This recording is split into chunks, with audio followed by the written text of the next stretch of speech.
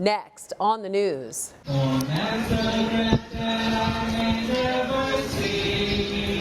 Catholics in the Diocese of Brooklyn process for the Feast of Corpus Christi as the Eucharistic revival gets underway to restore faith in the real presence. Also, their community in Kentucky was torn apart by a deadly tornado. National correspondent for the Tablet and Crux, John Lavenberg, tells us how Corpus Christi had special meaning in Mayfield this year.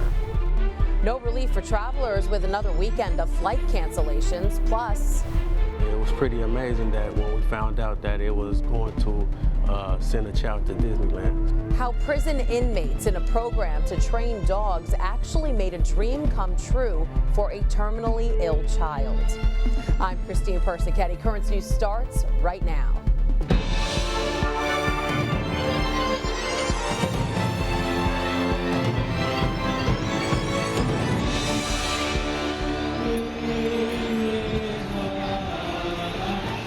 Catholics in Queens stopping traffic as they celebrate the Feast of Corpus Christi.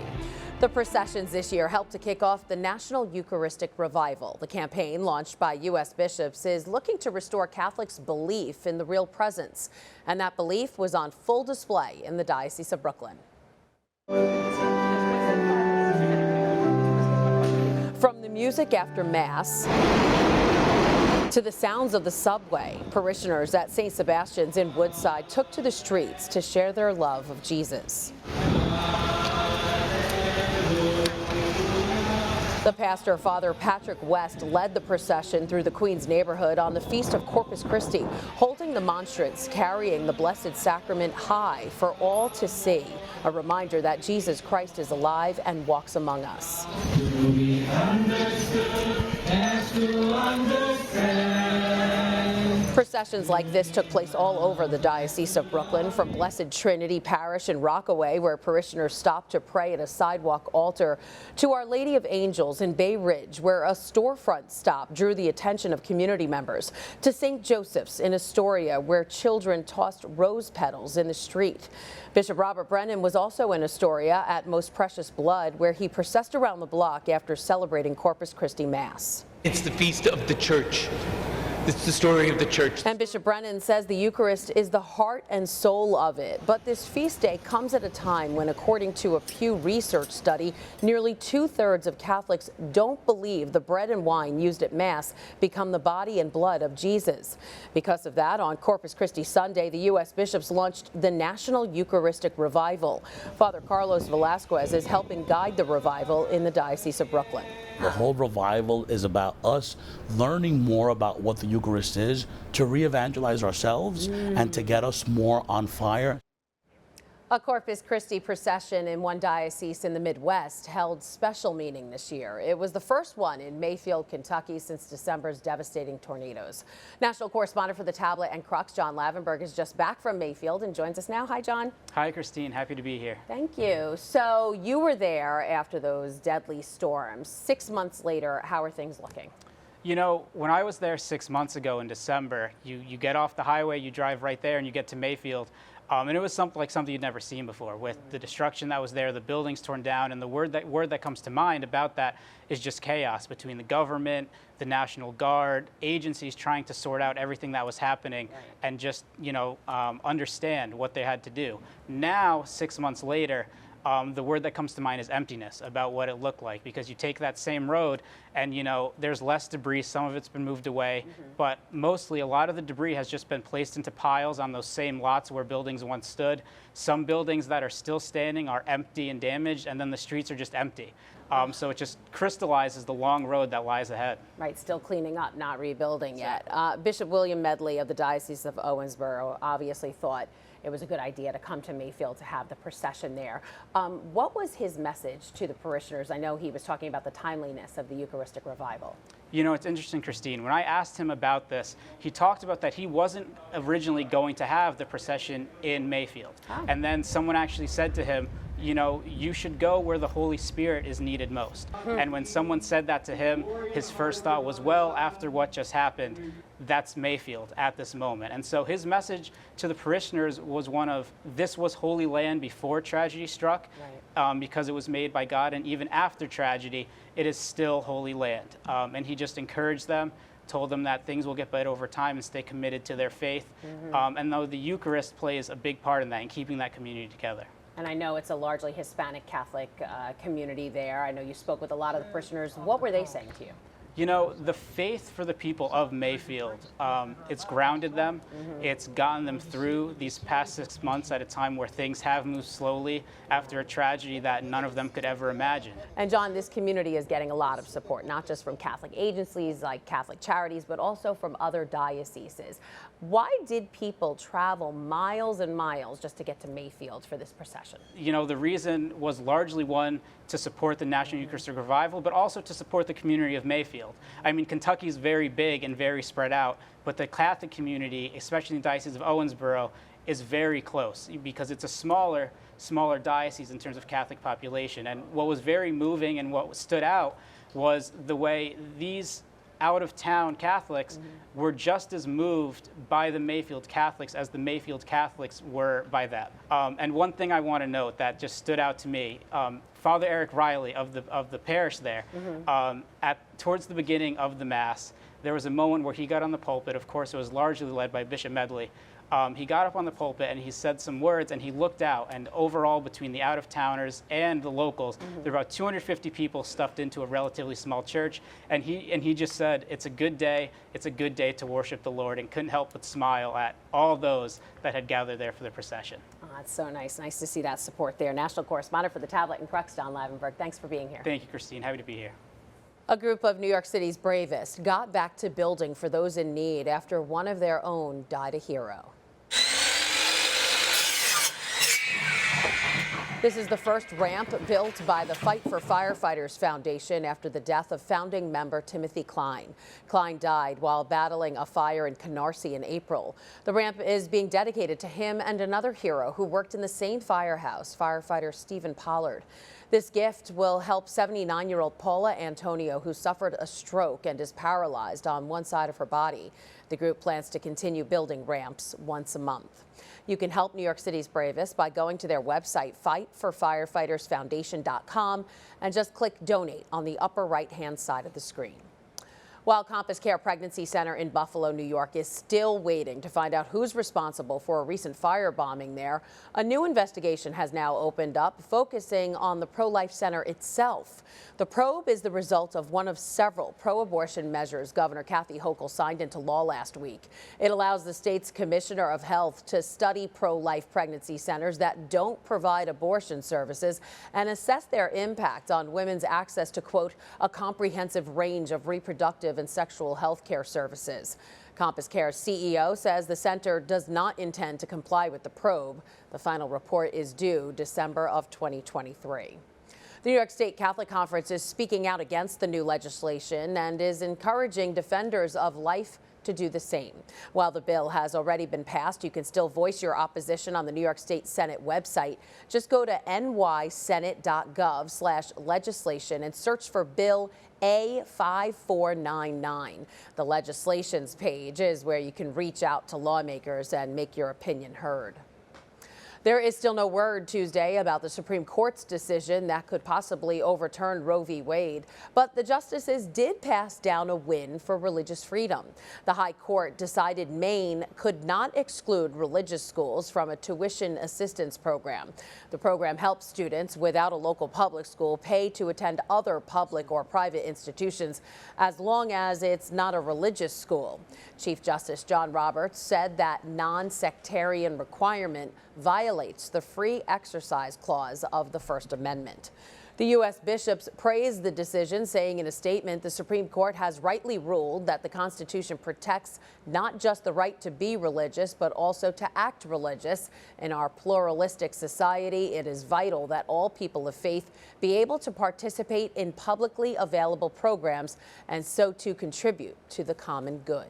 It's the day many parents have been waiting for. Children under the age of 5 can now roll up their sleeves for a COVID shot.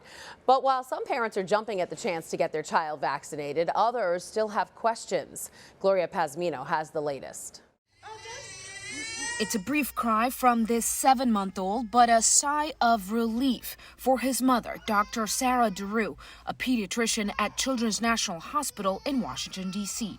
It'll certainly allow us to have more freedom with our personal lives and what we do. And for the baby, we'll feel like we have cloaked him in as much protection as we can. Millions of children under 5 across the country can now receive COVID-19 vaccines. Relief, isn't it, to be able to do it? Oh my God. Over the weekend, the U.S. Centers for Disease Control and Prevention signed off on COVID-19 vaccinations for around 17 million children under 5. Like adults, these young children will need to get a series of shots to be fully protected. The vaccines are the most effective tool at preventing severe disease from COVID.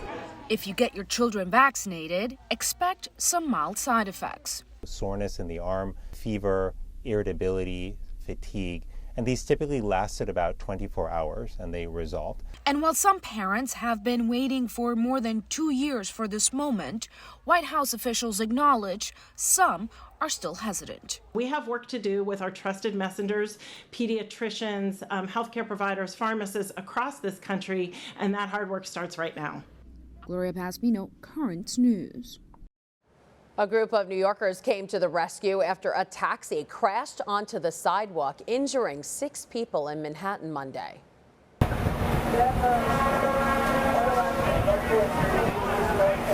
According to the NYPD, the cab was making a turn when the driver struck a cyclist in the intersection. The car then careened onto the sidewalk, mowing down several pedestrians and pinning 2 women underneath. Police say 15 to 20 Good Samaritans immediately rushed to the scene to lift the nearly 2,500-pound cab off the victims. A horrific scene unfolded out of Gravesend when a 6-year-old boy got caught up in a robbery. It took place last Thursday evening inside of the T-Mobile store at Avenue X and West 1st Street. Police say a man entered the store with a gun and forced several customers, including the child, into a closet. He then stole about 100 cell phones from the store before running off. In northern Nigeria, 2 churches were hit on Sunday. Gunmen attacking the Maranatha Baptist Church and St. Moses Catholic Church in the rural northwestern state of Kaduna. At least 3 people killed and more than 30 kidnapped. They also targeted 4 villages. It isn't clear who was behind the attack, but Kaduna is one of the worst hit states with security issues. This as Catholics in Owo, Nigeria, were laying to rest the victims of another tragedy. The mass funeral being held at St. Francis Xavier Church was for the victims of those killed in the Pentecost gun attack there that left dozens dead. 39 victims, including a 2-year-old child, were honored. One person at the service described the mood as somber, with some distraught relatives rolling on the ground and crying. There's a lot more news headed your way. Another weekend of frustration for air travelers. Next, the reasons why thousands more flights were canceled. A wild scene at St. Peter's Square as a car barrels through police barricades. And the gas station manager, fired for accidentally selling gas for 69 cents a gallon, tries to make up for his mistake. Next, what his company had to say.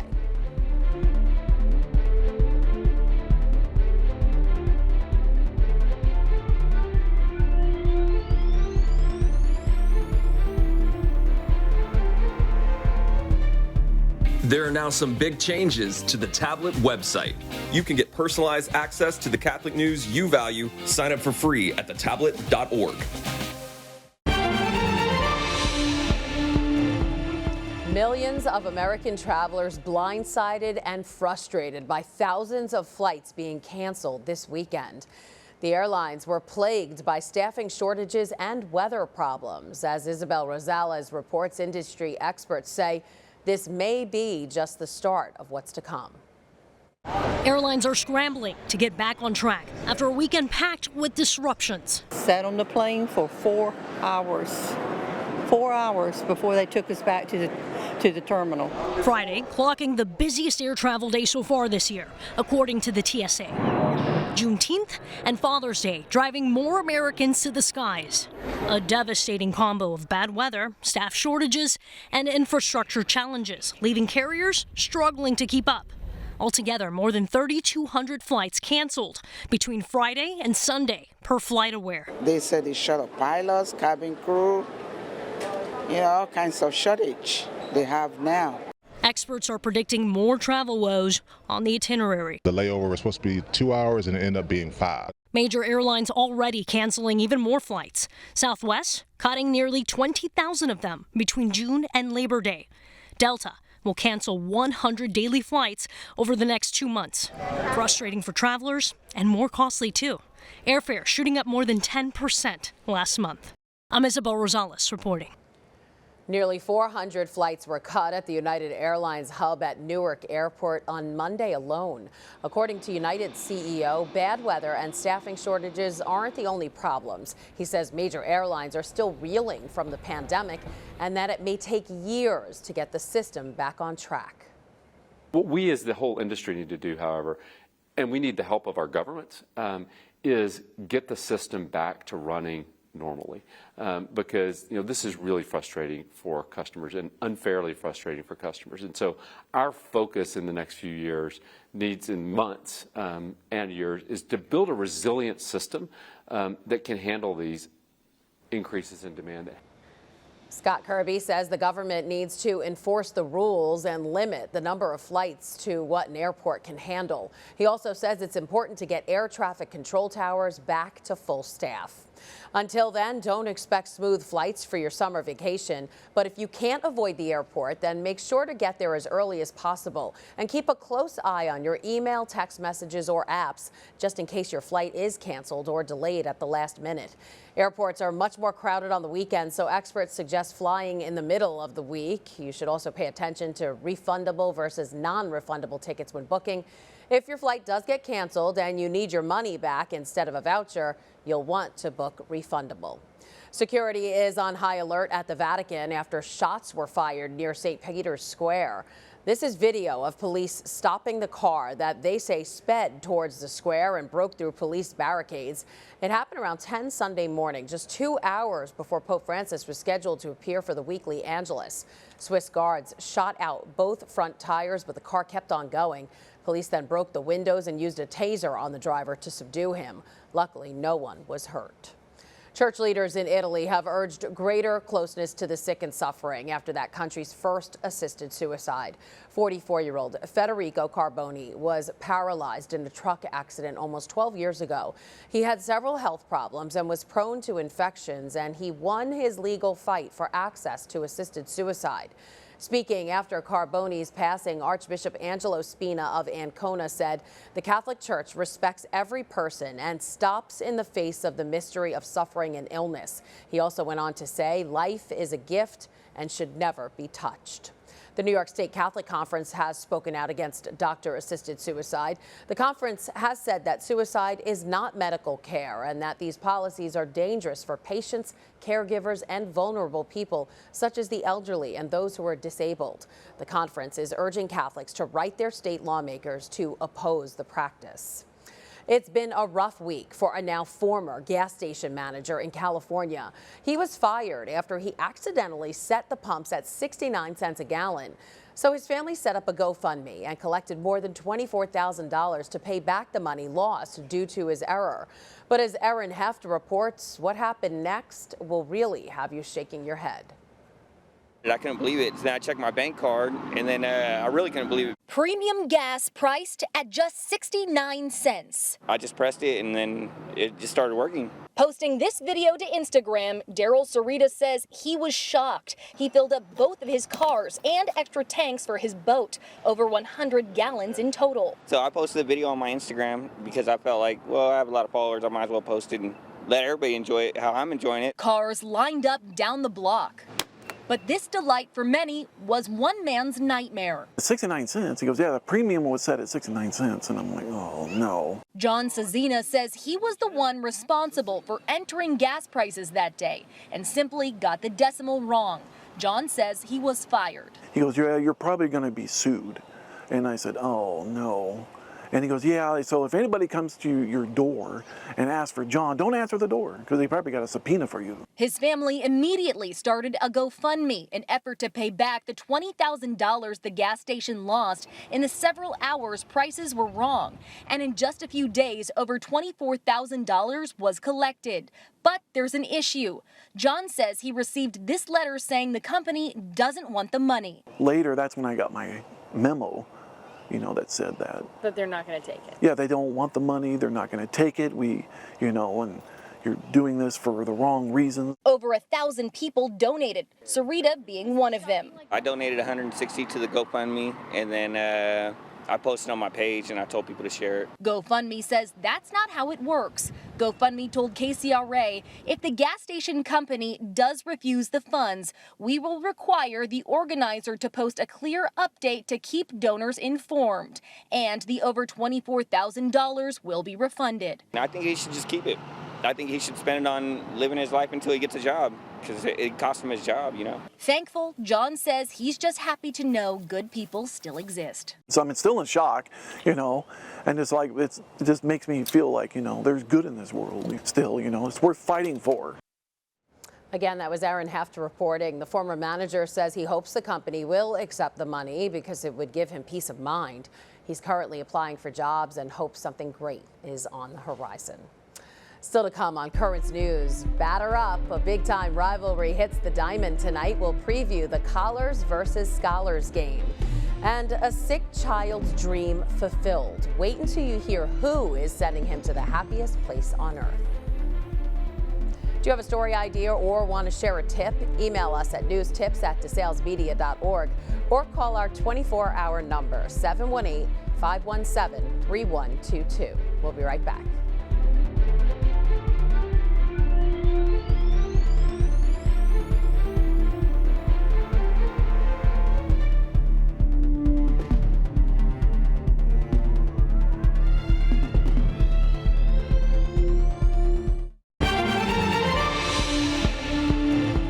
Catholic Schools Night is returning to Maimonides Park, and with it, the long-awaited Collars versus Scholars softball match.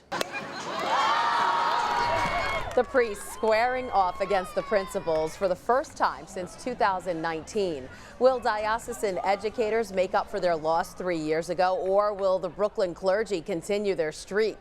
The event is sponsored by DeSales Media Group, the parent company of Currents News, and will also include a pre-game ceremony with Bishop Robert Brennan honoring Catholic school students in the Diocese of Brooklyn.